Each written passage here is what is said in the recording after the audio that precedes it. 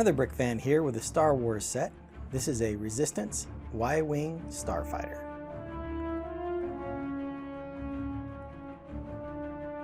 This is set 75249, was released in October 2019, has 578 pieces, 5 minifigures, and cost about $70 when it was released. This set is from the Rise of Skywalker and is one of many Y-Wings that have been released over the years. In fact, I have set 75172, which was released for Rogue One, and there is also a UCS version that was released in 2018. We'll take a look at the minifigures in a little bit. Let's take a look at the main build. Overall, I really like the sleek design of this Y-Wing. I think it looks really good. I really appreciate all the smooth tile work that is done up here in the front. The stickers are a little annoying, of course, as most stickers are. But I think if you get them all aligned right, they do turn out looking quite good. As you can see, you get this really good view from the front.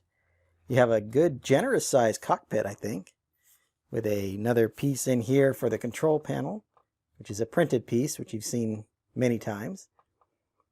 But a nice cockpit area, I think. The laser cannon here actually does rotate. It's not on a turntable, it's actually just on this T-piece here, and then it's clipped on with the weapon, so it's a little stiff to turn, but it will turn through all 360 degrees.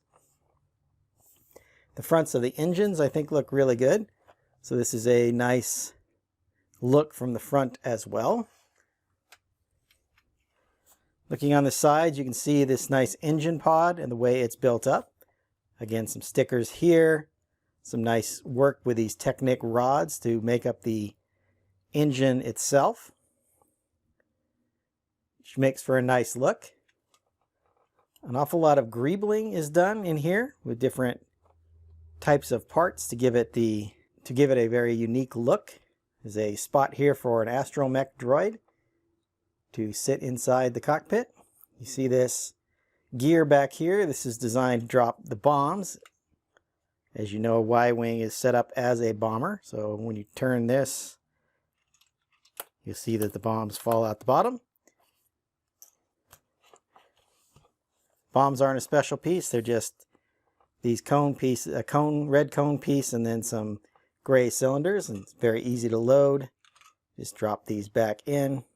You have to turn it just a little bit to fit all three in. But a good play feature. Looking at the back, you can see some spring-loaded shooters are also way back here, embedded in pretty well into the ship. I think they're kind of way far back, and they have a possibility of maybe hitting the front of the ship, but they seem to fire just fine. The other side, the engines look exactly the same. They're both built exactly the same way. The ship is very sturdy. You can hold it here in the middle, and it's very swooshable. A lot of good play you can get out of this ship. The only thing that is a little fragile are these clips here. They're just clipped on with robotic arms, so they can tend to fall off. But the astromech fits in really nicely. And as I said, this cockpit is a very generous size, so you can get a minifigure inside quite easily. Take our weapons out of the way.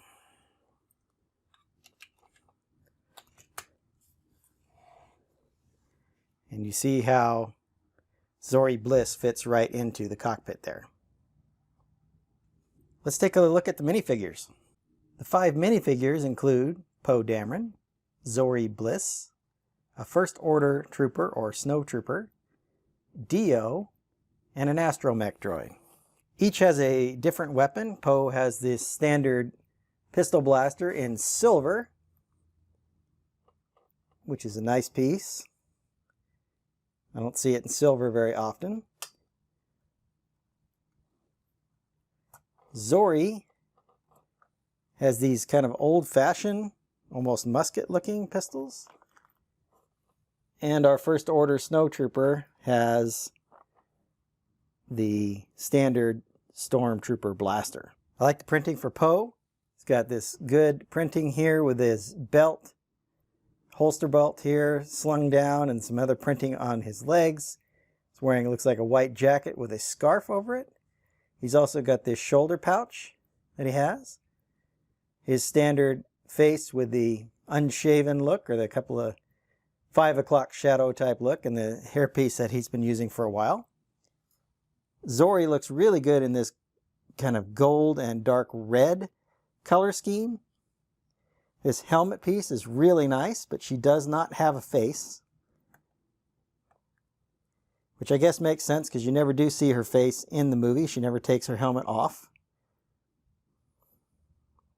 But I do like this helmet piece.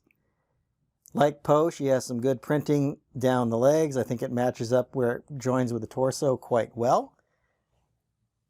And then having this snowtrooper is also very good. We have the good printing, again, matching up very well between the torso and legs. The snowtrooper helmet, I think, is a good look. It's got the white cape and a standard angry clone headpiece. Rotating around. See, there's no side printing on any of these. Then the back of Poe has got some additional sculpting there. You can see the back of his scarf that he's wearing. Here's his alternate expression. You can also see the back of this helmet that Zorii's wearing, and the back of the Stormtrooper helmet with this good black striping on it. The back of the Snowtrooper has kind of a backpack print here, looks like. No alternate face for our Snowtrooper, so the only minifig in this set that has an alternate expression is Poe Dameron. Let's take a look at the 2 droids that are included with this set. Here are 2 droids that come with this set. So we have an astromech droid, no number designation is given. And then Dio, which is one single piece, so this is a single mold, with a stud on top here and an anti-stud on the bottom. The printing on the astromech droid looks really good. The printing on the astromech droid looks pretty standard in this white, gray, and black. It's a standard astromech droid piece with the Technic pin holes in it that allow the legs to attach. And then you have this new headpiece. So as we rotate around, see some texturing here for Dio's wheel.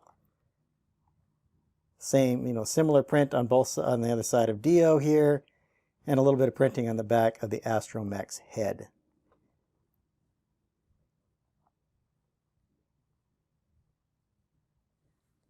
So there we have all our minifigures. Let's go back and I'll give you my final thoughts on the set. Overall, this is a good set.